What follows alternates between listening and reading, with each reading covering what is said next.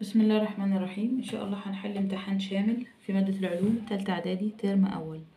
السؤال الأول: أكمل العبارات الآتية. رقم 1: إذا تحرك جسم مسافة 15 متر شرقا ثم 10 متر غربا، فإن المسافة التي قطعها الجسم تساوي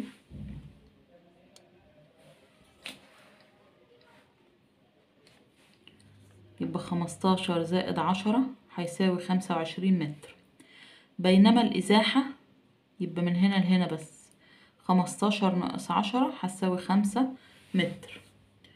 طيب رقم 2: في الشكل المقابل رقم نقط يمثل زاوية السقوط. اهو ده الشعاع الساقط وده العمود المقام، يبقى زاوية السقوط رقم 2، بينما رقم نقط يمثل زاوية الانعكاس اللي جنب الشعاع المنعكس، ده الشعاع المنعكس، الزاوية ديت 3. السؤال اللي بعد كده: يتركب الكروموسوم من خيطين متصلين معا عند السنترومير، ويسمى كل خيط من هذين الخيطين بكروماتيد. طيب رقم 4: تفسر نظرية الانفجار العظيم نشأة الكون، بينما تفسر نظرية السديم نشأة المجموعة الشمسية. بعد كده رقم ب: اختر من العمود B ما يناسب العمود A. رقم 1: تنكمش خيوط المغزل ساحبة معها الكروماتيدات، فتتكون مجموعتان متماثلتان من الكروماتيدات من الكروموسومات أحادية الكروماتيد، تتجه كل مجموعة منها إلى أحد قطبي الخلية. ده الكلام ده بيحصل في الطور الانفصالي، يبقى 5، 1 مع 5. طيب رقم 2: تتضاعف المادة الوراثية في الطور البيني، يبقى 2 مع 3. رقم 3: تختفي النوية والغشاء النووي في الطور التمهيدي، رقم 2. طب تترتب الكروموسومات عند خط استواء الخلية في الطور الاستوائي، رقم 4. طيب بعد كده رقم ج: تحرك قطار بسرعة 20 متر على الثانية، وعند استخدام الفرامل تحرك بعجلة منتظمة سالبة مقدارها 4 متر على الثانية تربيع، يبقى ج بيساوي -4 متر على الثانية تربيع. احسب الزمن الذي استغرقه القطار حتى توقف. هو كان ماشي بسرعة 20 وبعدين هستخدم السائق الفرامل فتوقف، يبقى عين 1 ب20 وعين 2 ب0 وزين مجهولة وجيم ب4. هنحسب زين هتساوي عين 2 ناقص عين 1 على جيم،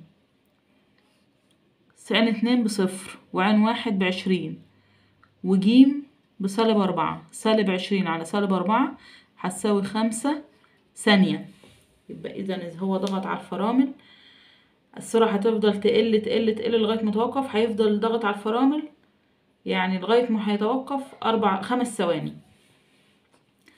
طيب بعد كده اختر الإجابة الصحيحة مما بين الإجابات المعطاة. رقم 1: إذا كانت السرعة النسبية لسيارة 20 كيلومتر على الساعة بالنسبة لمراقب يتحرك بسرعة 40، يبقى سرعة المراقب 40 والسرعة النسبية 20 في نفس الاتجاه، فإن السرعة الفعلية للسيارة تساوي، عندي عين النسبية هتساوي عين الفعلية ناقص عين المراقب، عاوزين عين الفعلية هتساوي عين النسبية، هنجيب دي الناحية التانية زائد عين المراقب، يعني 20 زائد 40 هتساوي 60، يبقى إذن 60 كيلومتر على الساعة. طب بعد كده رقم 2: يعتبر التكاثر نقط مصدر للتغير الوراثي، التبرعم ولا التجدد ولا الجنسي ولا اللا جنسي؟ الجنسي، عشان بيحصل ظاهرة العبور. طيب رقم 3: إذا كانت المسافة بين مركزي تكور وجهي العدسة 20، عدسة المسافة بين ميم وميم 20، المسافة دي كلها. في هنا صاد في النص، من ميم لصاد بيساوي من صاد لميم، يعني دي كلها 20، يبقى دي 10 ودي 10. وبعدين في هنا ب في النص، المسافة من صاد لب بتساوي المسافة من ب لميم، يبقى دي 5 ودي 5 ودي 5 ودي 5. فإن البعد البؤري للعدسة هيساوي 5 سنتي. طيب رقم 4، الجسم الموضوع بين البؤرة ومركز التكور بين ب وميم لمرآة مقعرة تتكون له صورة حقيقية مصغرة ولا حقيقية مكبرة؟ حقيقية مكبرة. تقديرية مكبرة، لا ده لو كان قبل ب. تقديرية مصغرة، المرآة المقعرة ما بتعملش صورة تقديرية مصغرة. طيب بعد كده قارن بين كل من فطر عفن الخبز والإسفنج من حيث طريقة التكاثر. عفن الخبز بيتكاثر بإيه؟ لا جنسيا بالجراثيم، والإسفنج بالتبرعم. طيب رقم 2، قصر النظر وطول النظر من حيث مكان تكون الصورة.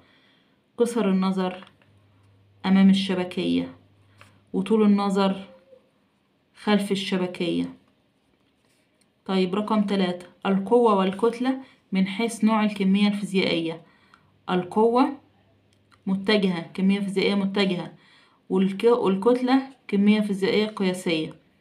طيب رقم 4، الانقسام الميتوزي والانقسام الميوزي من حيث نوع الخلايا التي يحدث لها الانقسام. الانقسام الميتوزي الخلية بيحصل لها خلية الخلايا الجسدية، والانقسام الميوزي بيحصل للخلايا التناسلية. طيب بعد كده جيم، متى يتساوى مقدار المسافة التي يقطعها الجسم مع مقدار إزاحته؟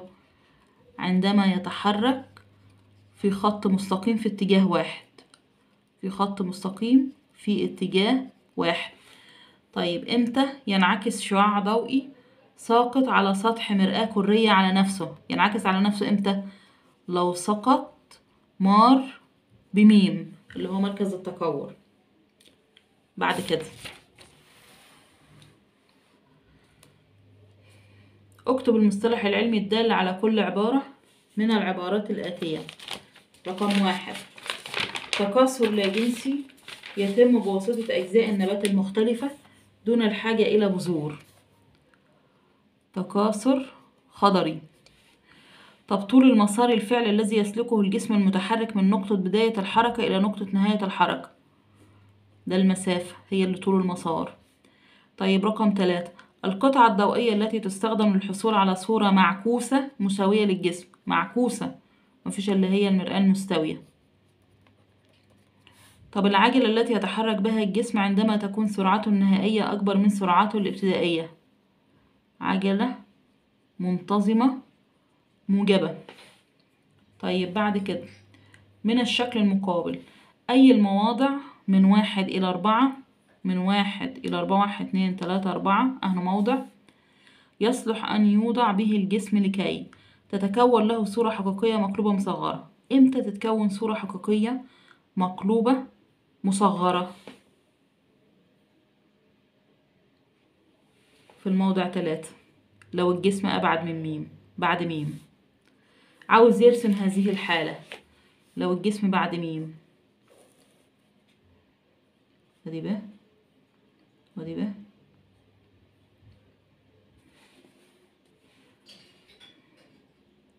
ودي ميم ودي ميم.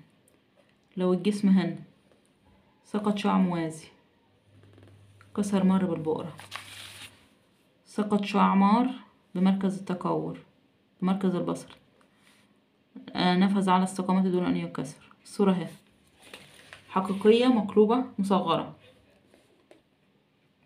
طيب بعد كده امتى تتكون له صورة للجسم؟ يعني صورة تقديرية معتدلة مكبرة في نفس جسم، في نفس جهته، في نفس جهة الجسم. تقديرية معتدلة مكبرة في نفس جهة الجسم لو في الموضع 1 قبل ب، تكون صورة تقديرية معتدلة مكبرة. طب امتى لا تتكون له صورة؟ لو عند ب موضع 2. طيب بعد كده جيم، علل لما يأتي. رقم 1: انفجار بعض النجوم بشكل مفاجئ. ليه بتنفجر بعض النجوم بشكل مفاجئ؟ بسبب تفاعلات نووية فجائية تحدث داخل النجم. تفاعلات نووية فجائية عنيفة تحدث داخل النجم. طيب رقم 2: السرعة المنتظمة لسيارة ما يصعب تحقيقها عمليا، لأن السرعة تختلف باختلاف أحوال الطريق. لأن السرعة تختلف باختلاف أحوال الطريق. طب بعد كده صوب ما تحته خط. رقم 1: عندما يتحرك الجسم بعجلة صفر فإن سرعته تكون متغيرة ثابتة. لما بيتحرك بسرعة ثابتة يبقى العجلة منعدمة، عين 1 بتساوي عين 2. طيب رقم 2: تتجمع في أطراف المجرة العديد من النجوم القديمة. ده في مركز المجرة. رقم 3: تنشأ خيوط المغزل في خلية أرنب عند انقسامها من تكثف السيتوبلازم عند قطبي الخلية. ده في خلية أرنب، دي خلية حيوانية، يبقى إذا هتتكون من سنتروسوم أو الجسم المركزي. بعد كده رقم 4: من الشكل المقابل، إذا تحرك جسم شرقا من النقطة أ إلى النقطة ب خلال ثانيتين، ثم إلى النقطة ج شمالا خلال 3 ثانية، يكون مقدار السرعة المتجهة له خلال تلك الفترة 1.4 متر على الثانية. عاوز عين متجه هتساوي ف متجه على زين الكلية. ف متجه فين موضع البداية؟ أ، وموضع النهاية ج، موصل هو بينهم، يبقى 5 متر دي الإزاحة. والزمن ده 3 ثانية، في الفترة دي 3 ثانية، وفي الفترة دي 2، يبقى 3 و2 5، 5 على 5 هتساوي 1 متر على الثانية. يبقى السرعة المتجهة 1 متر على الثانية. هو عاوز المقدار بس مش عاوز الاتجاه. طيب رقم ب: رتب كل مما يلي. رقم 1: 50 متر على الثانية، 70 كيلومتر على الساعة، 9 كيلومتر لكل دقيقة، تصاعديا طبعا للسرعة. عاوز يرتب تصاعدي. عندي 50 دي بالمتر على الثانية، وده بالكيلومتر على الساعة، وده بالكيلومتر على الدقيقة. عاوزين نحولهم كلهم واحدة واحدة عشان نعرف نرتب. فاحنا هنخليهم متر على الثانية. دي 50 متر على الثانية، هنحول 70 ديت من كيلومتر على الساعة لمتر على الثانية، هنضرب في 5 على 18 هتطلع 19.4. طيب 9 كيلومتر على الدقيقة، عاوزين نحولوها لمتر على الثانية. من كيلومتر المتر هنضرب في 1000، ومن دقيقة لثانية نضرب في 60. يبقى 9 في 1000 على 60 هتساوي 150. دي 50 ودي 19 ودي 150، يبقى 70 دي رقم 1، و50 دي رقم 2، و9 دي رقم 3. طيب رقم 2: مجرة ضرب التبانة الأرض المجموعة الشمسية تصاعديا تبعا للحجم. تصاعديا يعني من صغير. مين الصغير؟ الأرض، وبعدين المجموعة الشمسية، وبعدين المجرة الكبيرة. 3 مجرة ضرب التبانة. طيب ثانيا: استخرج الكلمة أو العبارة غير المناسبة مما يأتي. حدوث ظاهرة العبور، تكثف الشبكة الكروماتينية على هيئة أزواج من الكروموسومات، اختفاء النوية، انقسام السنترومير، تكون خيوط المغزل. مين المختلف؟ انقسام السنترومير. وبعد كده دي تغيرات في الطور التمهيدي، في الطور التمهيدي الأول، عشان بيقولي ظاهرة العبور، ودي بتحصل في الطور التمهيدي الأول. طب بعد كده خلايا الجلد، خلايا البنكرياس، خلايا الكلية، خلايا البويضة. مين المختلف؟ خلايا البويضة. والباقي دي خلايا جسدية، يبقى خلايا البويضة، والباقي خلايا جسدية. بعد كده ماذا يحدث عند استخدام شخص يعاني من قصر النظر لنظارة ذات عدسات مقعرة؟ العدسة المقعرة هتصحح العيب اللي عنده اللي هو قصر النظر.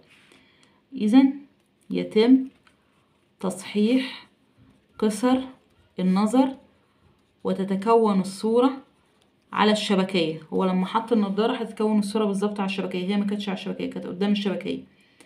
طيب رقم 2: وضع جسم أمام مرآة محدبة. مرآة محدبة، هتتكون له صورة تقديرية معتدلة مصغرة مهما كان وضعه مكانه قدام المراية.